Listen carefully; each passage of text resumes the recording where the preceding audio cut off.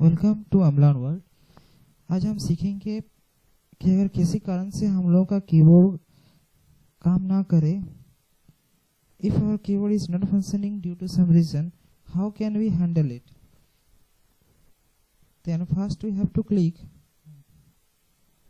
on start button or menu button.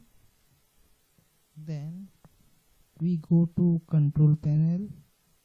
First click on menu button or start button, then control panel, left click, then our control panel is opening.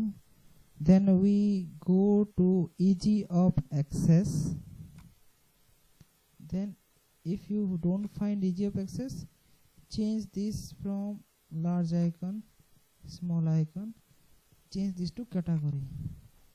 Then easy of access center. Always scan this section. Then go to start on screen keyboard. Okay, now we find on screen keyboard. We can all the functions like our menu button and escape button, and we can all the functions since we find our keyboard. क्योंकि हमको keyboard मिल गया, हम कुछ भी काम कर सकते हैं। Thank you for watching this video.